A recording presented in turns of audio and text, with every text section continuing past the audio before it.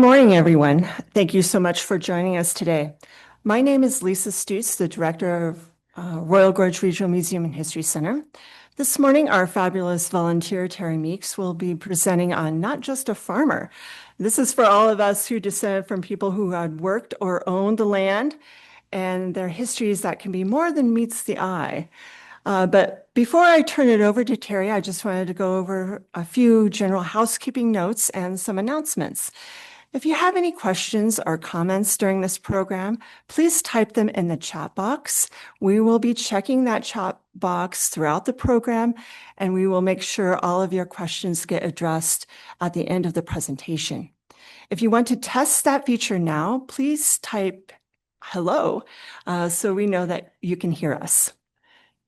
As for upcoming events at the museum, we want to invite all of you to join us for another historic bike tour through Lakeside Cemetery this coming Thursday, June 26th at 5:30 p.m.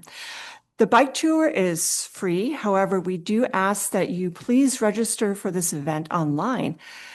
You can register for the tour through our website at canyonscity.gov/museum. If you have any questions or issues in registering for this event, please call the museum at 719-269-9036. I also want to mention that next Saturday, June 28th, we will be holding a Junior Fossil Day at the museum from 10 a.m. to 2 p.m. This event is also free. Kids of all ages can learn and enjoy the different fossil activities we will have, including the fluorescent fossil mobile and a 3D printing fossil station from the Dinosaur Resource Center in Woodland Park. And of course, our very own sauropod, tibia, and fibula fossils will also be on display. And finally, our next virtual genealogy program with Terri will be held Saturday, July 12th on Elixirs to Sodas. We will be posting our online registration for this program in a few weeks. So please follow us on Facebook to get the latest information on all of our upcoming events. And again, thank you for joining us. And I will now turn it over to Terri.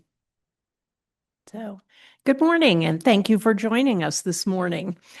One of the things that prevent a lot of people from entering and diving into genealogy research is they just say, well, my people were just farmers, and there's nothing interesting about their lives.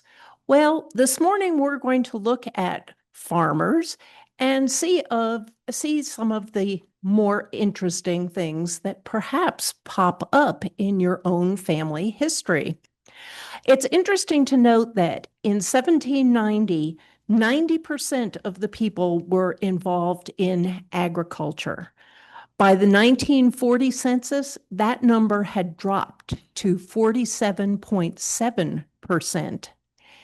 And as of 2022, the number is less than 2% are involved in farming and ranching.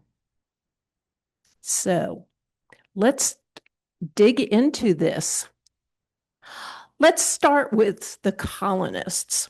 The colonists tended to settle in regions where the temperatures were similar to their home country. So we see people from England in the earliest times coming to New England. As immigration grew in the 1800s, we see waves of people coming from like Scandinavia and settling in the Minnesota and Wisconsin areas because the weather and climate were similar to their home countries.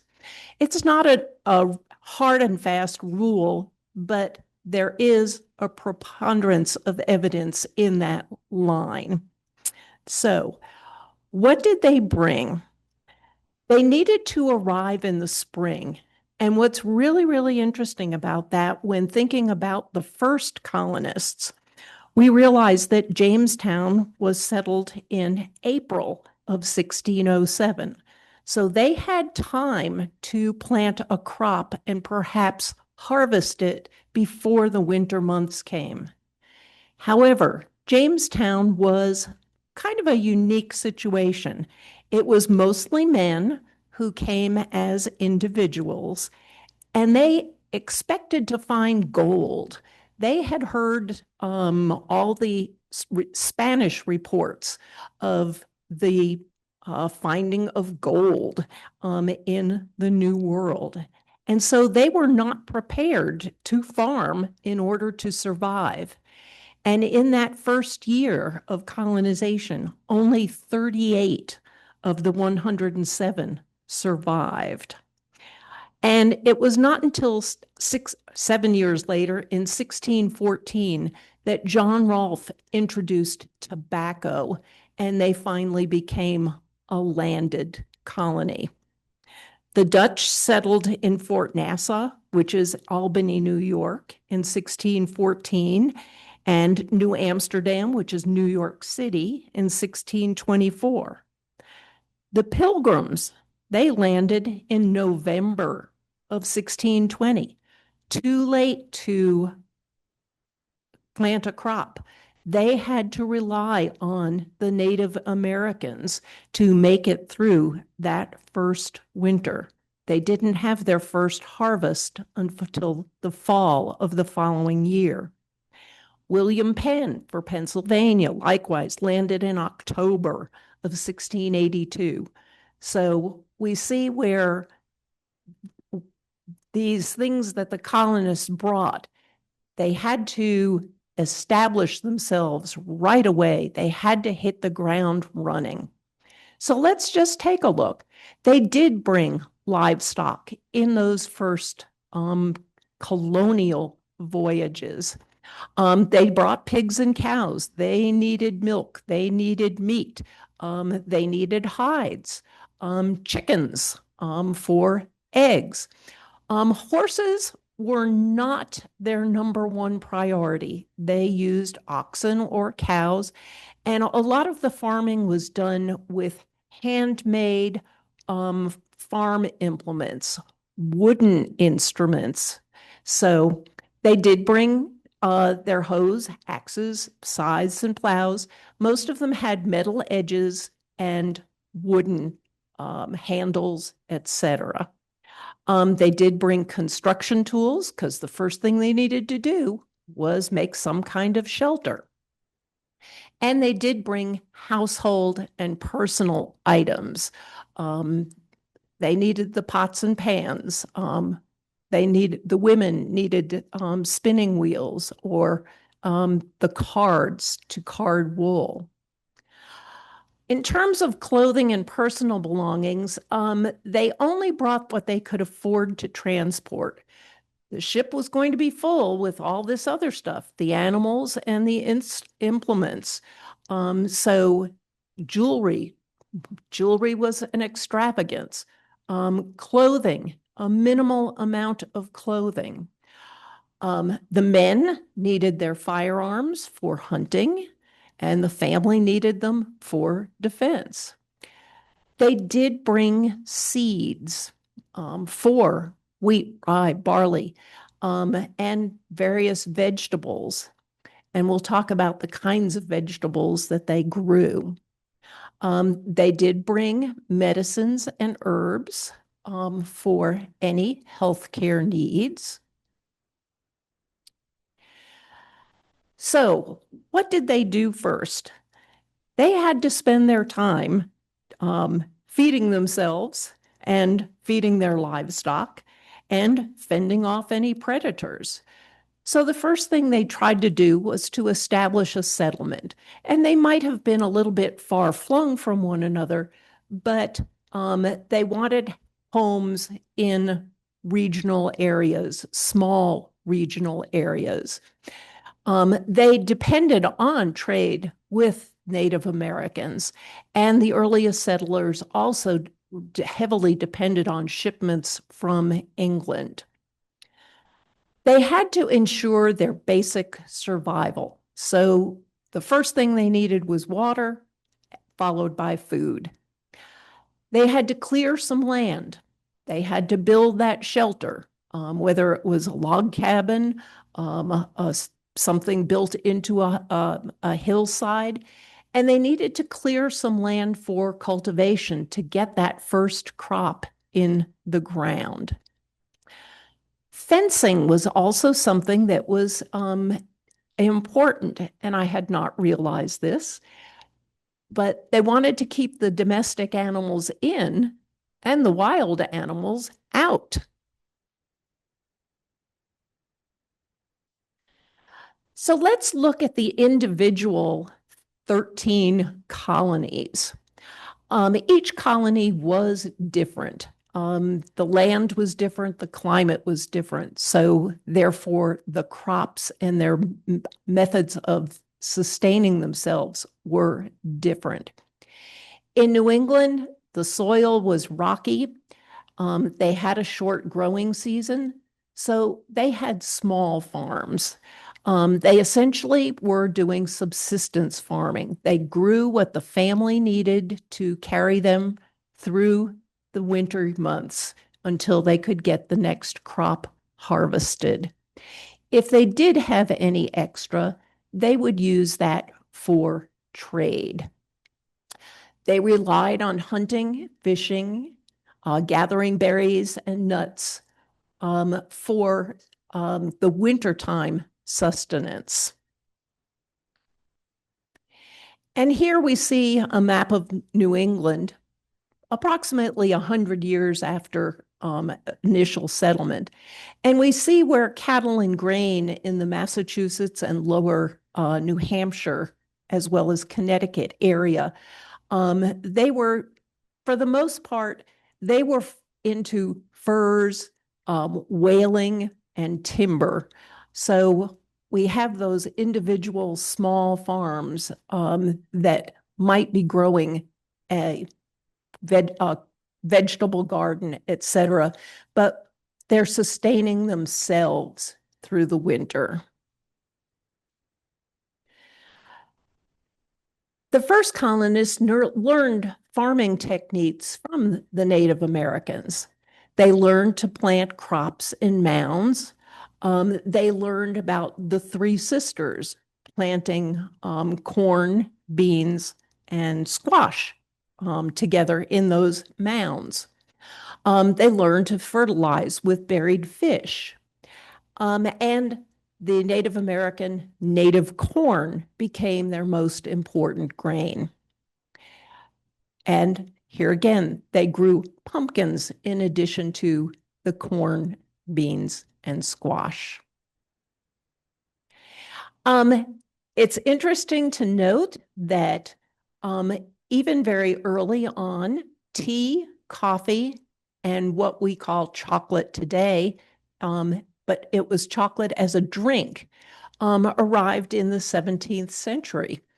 So in 1670, not only Dorothy Jones, but Jane Bernard, each were granted separate approvals for petitions to keep a house of public entertainment for the selling of coffee and chocolato.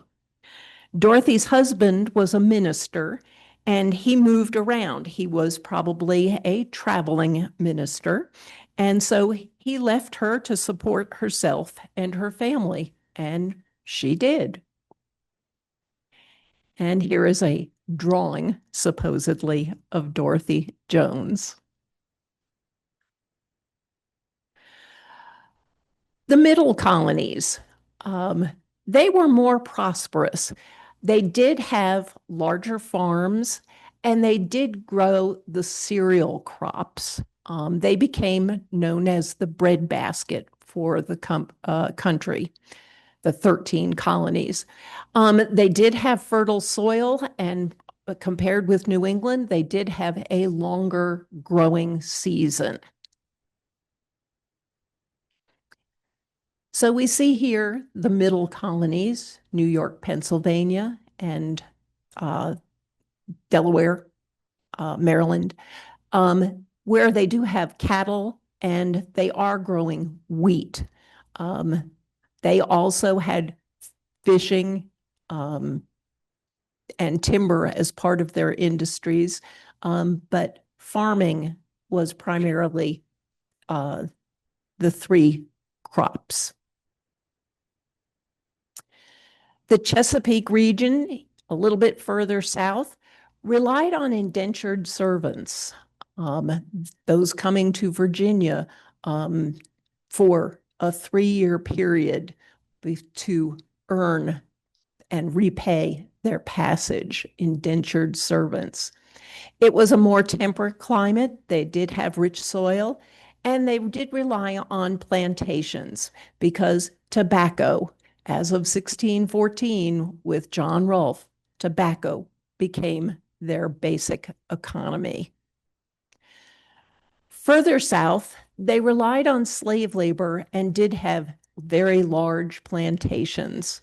The economy, especially in South Carolina and Georgia, was founded on the growth of rice and indigo.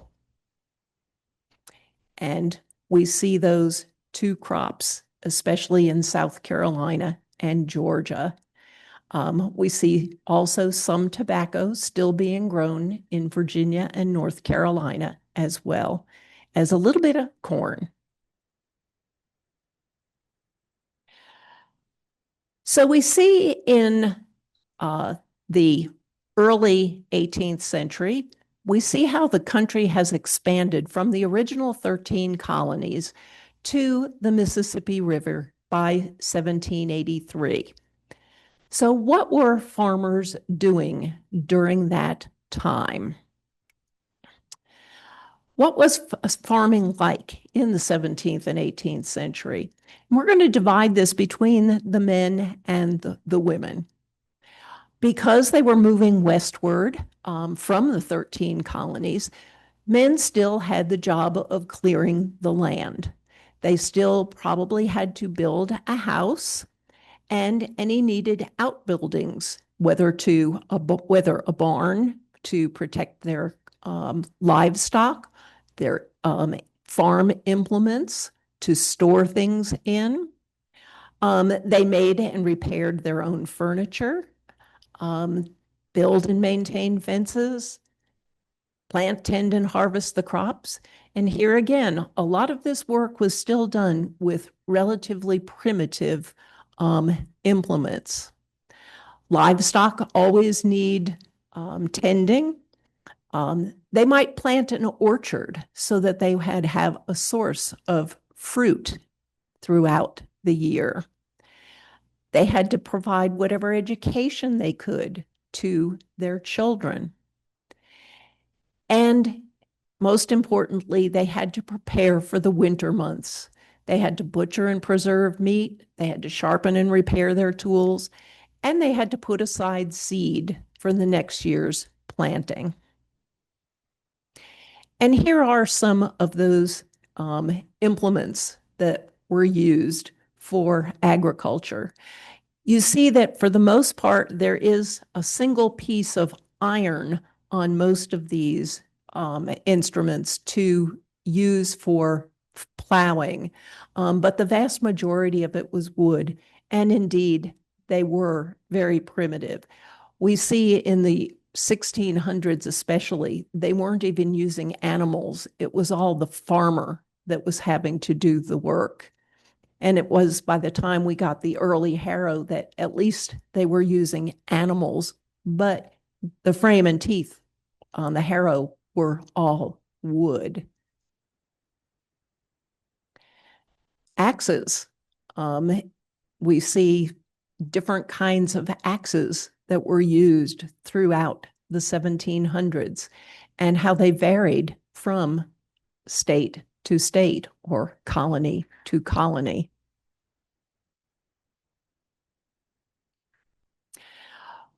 With these instruments, it's really, really interesting to see they didn't build log houses, or they did initially, but by 1678, we're getting a pretty fancy wooden house with long boards.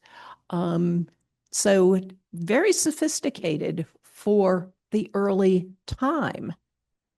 Even barns were planing long boards to construct barns. Fencing. I never realized how important fences were, but here's an example of a wattle fence. And this technique was brought from England, particularly to Virginia. And it was simply weaving saplings through upright logs. New England, for the most part, because it was rocky soil, they harvested the rocks and built stone fences. But these fences were used to keep the animals out of the kitchen garden, and they tried to grow vegetables that would be used throughout the whole year. They grew beets, parsnips, onions that you could eat year round. And they planted vegetables like peas and beans that you could dry or can. They did do vegetables like cucumbers and peppers that could be pickled so that they would have sustenance throughout the winter. Here's a split rail fence, also from the more Virginia and southern region. And these were built primarily to keep livestock in. They were much sturdier than the wattle fences. The split rail fence used more wood than any other type of fence. So they were common in areas where wood was in plentiful supply. And it's interesting to note as early as 1631 that there were fencing laws. Every man shall enclose his ground with a sufficient fence. They required that the fence be 4.5 feet tall. And by 1667, gates were required so that a man and his horse could get to his house. So, women in this same time period, they had to do the daily cooking. They had to milk the cows and collect the eggs. And the young girls probably did the egg collection. Young girls probably also collected water from the nearby stream. Women had to do cheese and butter making, the normal household cleaning, firewood collection. Here again, children might have been involved in the firewood collection, the weekly laundering, sewing and mending. In many cases, not only were they sewing and mending, they were actually making their own clothes. They had to make candles and soap. Childbearing and child care. They had a kitchen garden, a small garden outside of the immediate home where they would grow these vegetables that I just mentioned. They had to take care of their animals, especially the fowl, the chickens, guinea hens. They were responsible for the spiritual development of their family.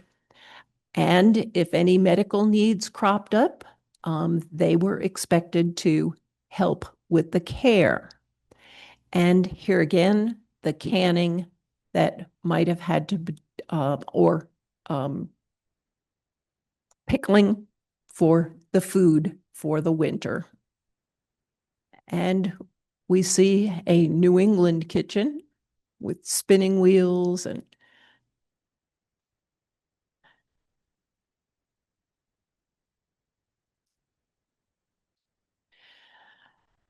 so we come to the early 19th century, and we see how the Louisiana Purchase, Texas, Mexican secession, and importantly, the Homestead Act. So we see how people are going to be moving westward. Finally, the whole country is going to be available for settlement with these additional land purchases, grants, cessations, etc. And for the first time, we have a number of inventions that are coming along that are going to improve the farmers' lives. We've got the McCormick Reaper. John Deere is manufacturing steel plows. We're getting rid of the wood and the iron and lightening it with steel rather than the iron. The threshing machine was patented. The first grain elevator was opened. Mowing machines, cultivators. By the mid century, steam tractors. They're experimenting with steam tractors. It's interesting to note that by 1874, barbed wire was patented. That became essential to Western settlement and the cattlemen. Twine binders also were marketed. And so by the 1890, we essentially see the end of the frontier. Most of that westward expansion has occurred, and there are settlements in every state. Here we see the McCormick Reaper, and we can see how it maybe not substantially helped with the harvesting of the crop, but yes, we can see an ease for the farmer. Here we have a row cultivator, and notice we are still using animals to do our farm work. But finally, we have a steam tractor by the end of the century. Because of the westward expansion, the men and boys still had to do many of the things that they were doing in the 18th century. They moved westward. They had to come up with some kind of homestead, home construction. If they had planted an orchard and stayed on their original land, they had to tend that orchard. They might purchase some of these new machines and use them, helping maybe neighbors as well to use these machines and share the work. They took their surplus to town, and with that, they were able to purchase goods. They might be able to purchase material for the women of their family to make clothing, sugar. They might have purchased sugar if they were living in an area where sugar was not grown. And it offered the opportunity for them to start an auxiliary business. Farmers might have taken advantage of the things that were on their land or nearby.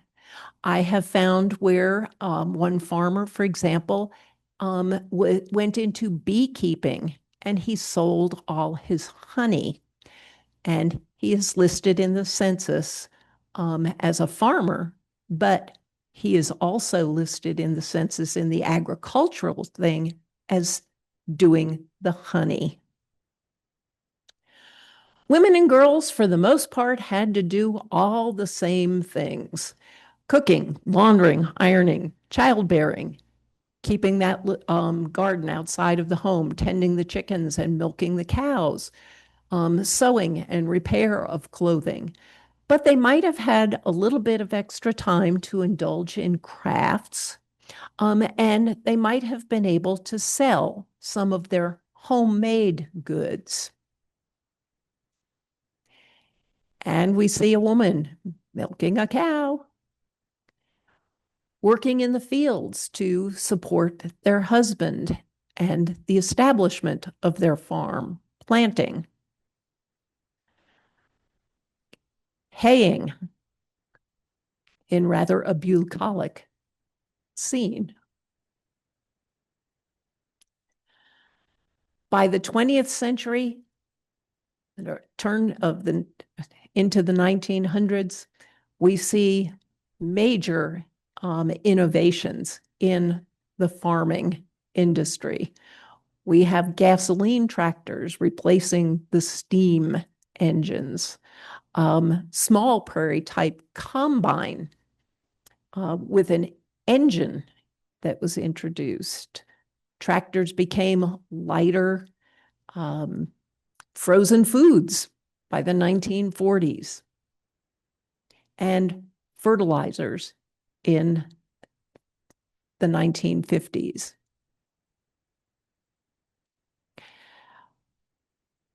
We see federal aid for irrigation in the 1960s. After the Depression, we recognized that some of these programs needed support.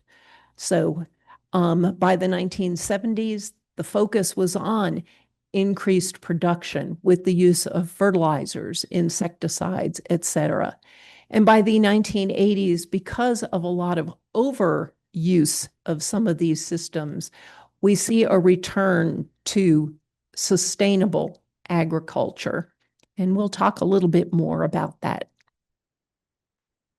So we see a kerosene tractor,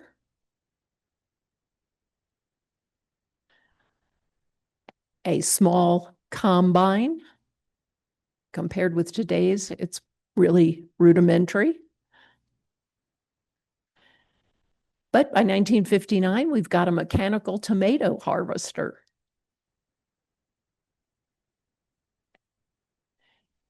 And a cotton picker.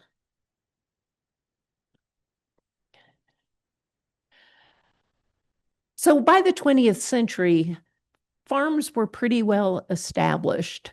The men and boys always had to repair fences. Even today, fencing is, and repair of fencing is one of the major tasks for farming and ranching. They had to plant, tend, and harvest their crops, take care of the livestock. During the winter, they would repair their equipment and their tools. They might purchase and use some of these new machines. And much of their product by the end of the 20th century was sold to market. They were able to purchase the necessities of life and the extras. So they didn't have to rely on themselves to grow everything for their own family as well as the extras. Women still had essentially the same roles that they have always had. But in a lot of cases, by especially the second half of the 20th century, women took on the role of bookkeeping. Farms became larger, and it was a business at this point. And women took over the role of keeping the books to what was the income, what was the outlay for seed, fertilizer, etc., and balance those books. When talking about farming, we have to realize that farm families worked day in and day out, 365 days a year.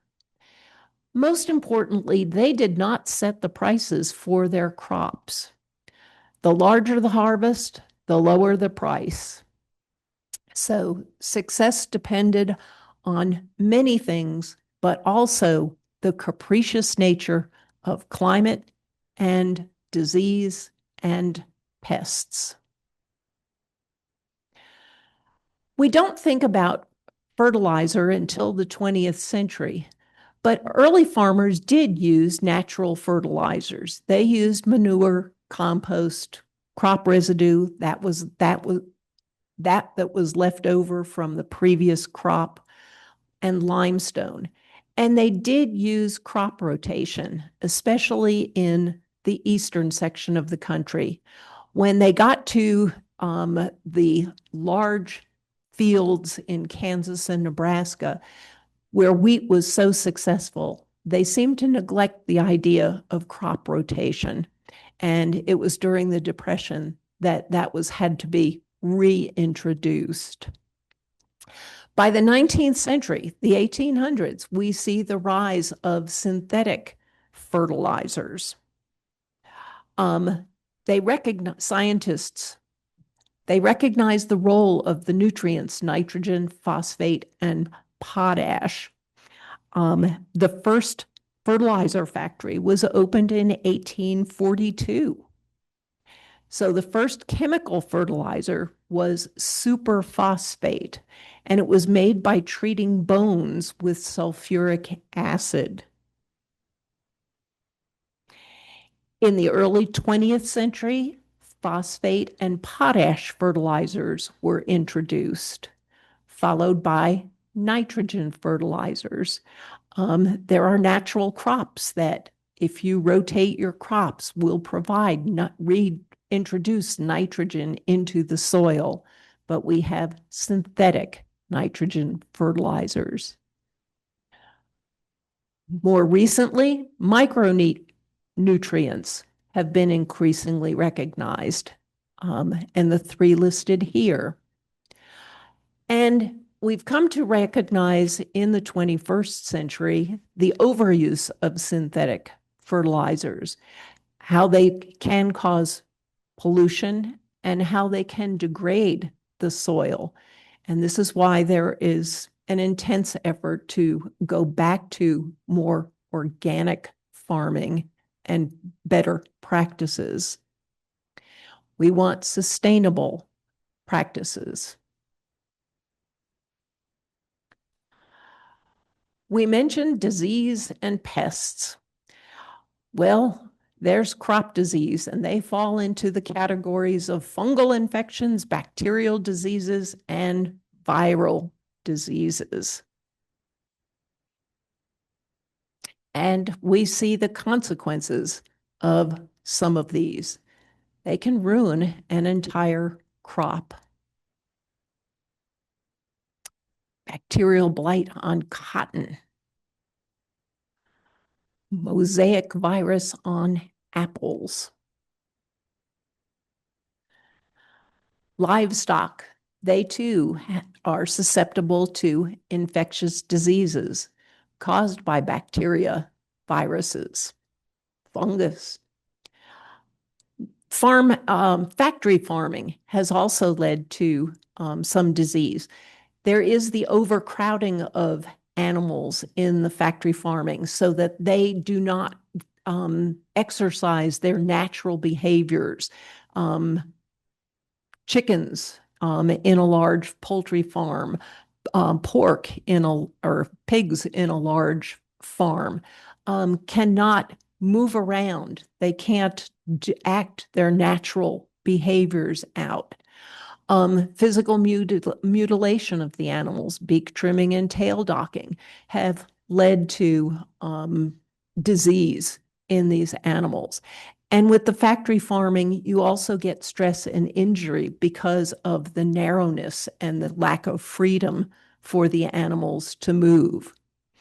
It has been extremely important for farmers to have fast growth and high yield, but at the sacrifice of other better practices. Pests, not only the diseases, but you have pests. And we see various kinds that affect the crops. Whoops. And we see some of those and the consequences that they can derive. And for animals, we see the same things.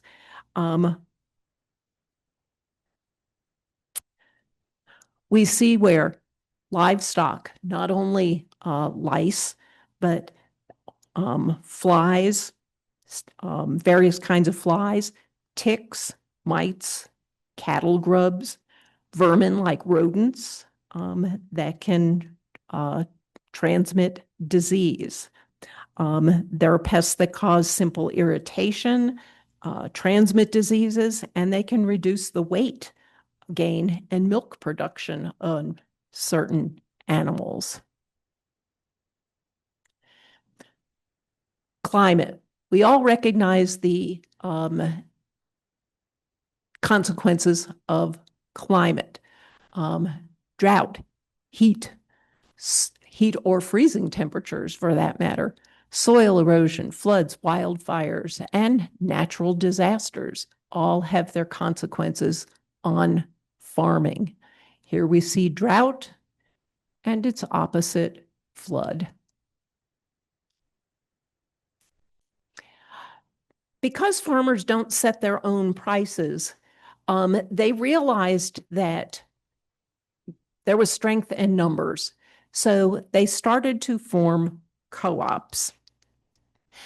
They could collectively negotiate for better prices. Transportation, getting your crop to market and to its destination. Railroads were extremely important in this function, especially from the West and Midwest. And transportation, the railroads would take advantage of the cost. And so co-ops helped to moderate and provide affordable transportation rates. They pooled their resources and shared the cost of equipment, the machinery. Large farm machinery has always been expensive. So by having a co-op, they were able to share. The first co-op was established in 1810, and it was a dairy cooperative in Goshen, Connecticut. I had no idea that they existed so early. So with the idea of the co-ops, we also have these various organizations that provided leadership in the farming industry. The National Grange, it was a social and fraternal organization. It still exists today, and it works to strengthen farm communities and advocates for the interests of rural America. The Farm Alliance was a 19th century agrarian movement to improve economic conditions for farmers. And they worked for some of those government regulation of the railroads. The American Society of Equity was an agricultural cooperative and political organization. And the idea was to organize farmers to improve their economic standing through collective bargaining. The National Farm Union, they focus primarily on promoting legislation, education, and cooperative ventures to benefit farmers and their communities. The National Council of Farmer Cooperatives is a national trade association representing over 3,000 of America's farm cooperatives. And the National American Farm Bureau is the largest general farm organization shaping policies related to agriculture and promoting sustainability of agricultural communities. So let's look at some of the documentation that is available to us as genealogists to see how our people were not just farmers. We have seen through the development of the centuries the struggles that farmers had to overcome. So realize that your family worked hard to potentially only eke out a living, or perhaps they were extremely successful. And there are ways to look at that through the census.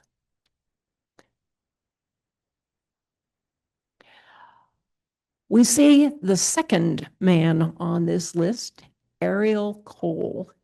I assume that he is the father, or maybe a younger wife of Ms. Cole, but he is simply listed in the 1850 census as a farmer. Be sure to look at the agricultural schedules. When your ancestor is listed as a farmer, go further and dig deeper. By the same token, I have posted both of these pages. You'll see the list of names on the right-hand side. Make sure to turn over the page to the second page, which would be the one on the left. Not in this particular instance, that refers to other list of farmers. But to get the complete story of how many acres they owned, what those acres contained, what livestock, what crops. We see Ariel Cole 10 years later in 1860, and he is still listed as a farmer. And we have the 1860 agricultural schedule. And what you want to do is a comparison. At the top, we see the 1850. We see that he has 60 acres in production, 17 that are undeveloped. And by the same token, that was 1850, in 1860, we see that he only has 30 acres. He's 10 years older. He is probably turning over some of his farm work to his children. He's 60 years old. We see a difference in the livestock that he is using and the products, the grains that he is growing. So it's important to look at these and to ascertain what exactly is happening in a family. You also have to realize this is an area right before the Civil War. So if looking into the 1870s, you have the comparison to do there as well. Here is Reuben Fisher, listed simply as a farmer in the 1860 census. And we see him in the agricultural schedules as well. And it's important to look at every one of these columns to see what exactly is happening. And the page 2 of the census, the agricultural schedule. This is the 1880 agricultural schedule, and it's done in a completely different format. So it's hard to do the comparison, but print out the original schedules so that you can go line by line, category by category, so that you can see whether your ancestor is improving, is getting older, and is perhaps dividing his farm, etc. One of the more important things is here we have Andrew Quinn, and he is a farmer in 1860. But we also find Andrew Quinn in an industrial schedule because he's running probably a lumber mill, and he is dealing in pine and hemlock. So apparently a good portion of his land is treed, and he is making $800, the extreme right-hand column, annually off of his wood, his lumber business. By the same token, we see John Dial. He's listed simply as a farmer, but he's also listed in the manufacturing schedule. He is working in the leather business, whether tanned or curried, and is making extra income by working there. So your people might not have been just farmers.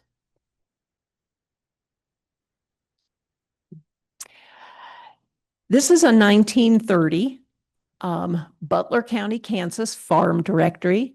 And it's particularly interesting because we are at the beginning of the Depression. And in this farm directory, not only do you get the names of the farmers in the local area, but you get how do you make dried milk mash? How do you treat seed potatoes? How do you counter poultry lice?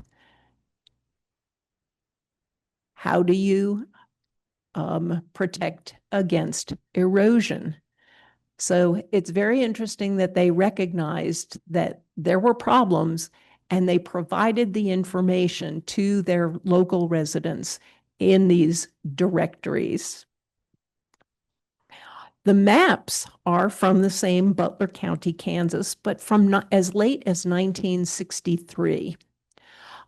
These plat maps are very, very important. Early on, we see who some of the original settlers were in various areas.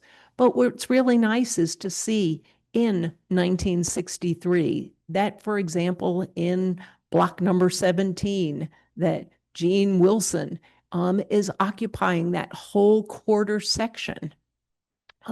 You can see how much land for the most part each one of the people have and where exactly their farms are. We see the Benton community, which is also in that same county, and we see the same thing. We see people that are living in quarter sections or 1/8 sections.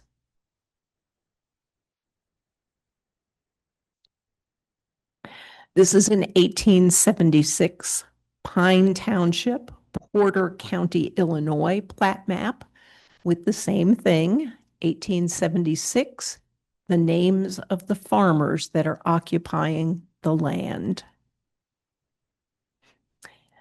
This is a 1914 plat map from Maricopa County, Arizona. And another recent one from 1953 from Dane County, Wisconsin. Newspapers. Newspapers are always a valuable resource for farming. You know, Mr. Weaver has a variety of crops, but grows more heavily on corn and oats. This is 1891, so this is very significant in that the 1890 census was burned. So you get an idea of what Mr. Weaver was planting, number one, and how successful or not he was. We see Mr. Arthur de Stanford, and he's erecting a windmill to irrigate his garden. So corn is his leading crop. And he might not have been a farmer, but he was growing farm produce, corn, on the side. Mr. Schaefermeyer has a variety of crops, winter rye being. So newspaper articles, especially in these in-between years, can be critical for your information. Here's 1903. Don't let your boy leave the farm. He's better off there. So in this age of sudden fortunes and unscrupulous approaches to them, there is a dearth of influential counsel in favor of squareness, industry, perseverance, and simple virtues that go to make up good men, good husbands, good fathers, and good citizens. We see a list of Pine County farmers or the farm names. So that's interesting. Did your ancestor own a farm that had a name associated with it, not necessarily the family name? And during the Depression, we see the sale of lands and the reclaiming of lands by banks, etc. And we see whole listings, unfortunately, of this. The Craftsman files on Ancestry, some of these go back very, very far into the 1700s, where we don't have the information readily available on census. The censuses prior to 1850 don't give us a whole lot of information as far as the lifestyle of our ancestors. So some of these files can help do that. Here is an Edgar Ellsworth, and he is a farmer, but he's also a clock tinker in Cambridge, Vermont. And it tells the reference and source for this information. Timothy Crane, he's a farmer and cabinet maker. And this actually gives some genealogical information. He was born about 1790.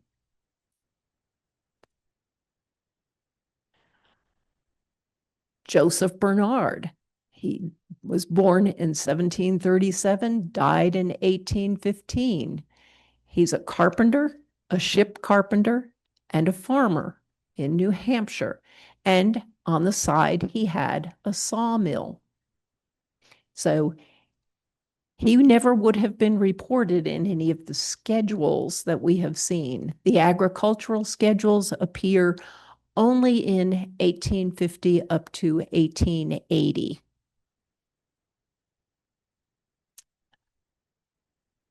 Lebbeus Dodd, a farmer and a mathematical instrument maker. And likewise, he was born in 1739, died in 1816. So valuable information for additional research. Likewise, James Shepherd, he's a tanner and weaver, cabinet maker, and a farmer. Gazetteers. Gazetteers usually give the history of a community, but they may also contain genealogical information in them. So don't overlook them because they have perhaps information for the earliest settlers in a community. Thomas French, son of David, was born in December 1765 in Billerica, Massachusetts, and he married.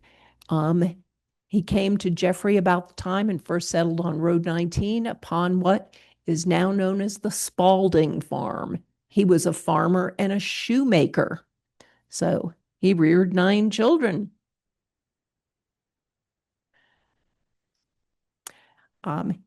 Here is another one. This is from Effingham County, Illinois. It's a biographical directory, and it talks about the agricultural methods and where Mr. Wethendorf received his education and how he pays attention to crop rotation and power farming machinery. Who's Who sometimes also gives you information about farming practices.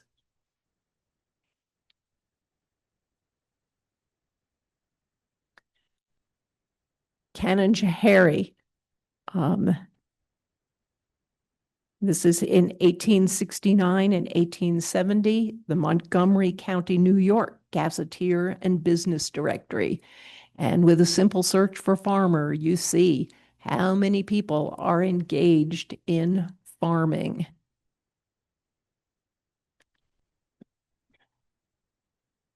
And finally, the Western Shore Gazetteer and Community Directory. We see Mr. Lewis Andre and several other farmers where their residences were, etc. So we see numerous avenues to look for our farmers. And I don't want to hear anyone say, my people were just farmers. They worked day and night. They may have supplemented their income with another occupation, but they did indeed create a life, work hard, and ensured your success as well. So I understand there is one question. Yes, Melissa asked, what were common crops for Fremont County? And then Elsa said, well, apples for sure, because we had orchards. And, but as far as grains, Elsa had a question mark about corn and hay, something like that. But Canyon City primarily was orchards and vegetables. Is that right? You want to expand upon that? Yes. Fremont County in general. Number one, you have ranching. So there were quite a number of cattle ranches here, and that's a little bit different than farming. In terms of actual farm crops, orchards were huge. Not only were there apples, there were cherries. There were a lot of strawberries grown up in Lincoln Park as well. Celery was a major product here in the early 20th century, I believe. And they covered it so that it would not undergo photosynthesis. And it was white celery. So it was highly sought after in this particular area. There were enough fruit and vegetables grown here that they actually did have canneries, and they did actually export to other local areas and across the country via train once refrigerated trains came into being. So agriculture was huge here. In terms of the large expanses of wheat, those did not exist in this area. The soil is too rocky, not rich enough for those kinds of crops. So mainly small, and most of these farms were small farms. They were family-owned farms. I've seen some newspaper reports of 5 and 10 acre farms that had the orchards. So I hope that answers your question. Next month, we're going to talk about from elixirs to sodas. We're going to look at how snake oil might have evolved and the benefits and perhaps adverse effects of some of these things. So we'll look at the history and see how was your family perhaps involved in this industry? Was someone an apothecary, perhaps, or in the 20th century, a soda jerk? So thank you for joining me this morning and hope to see you next month.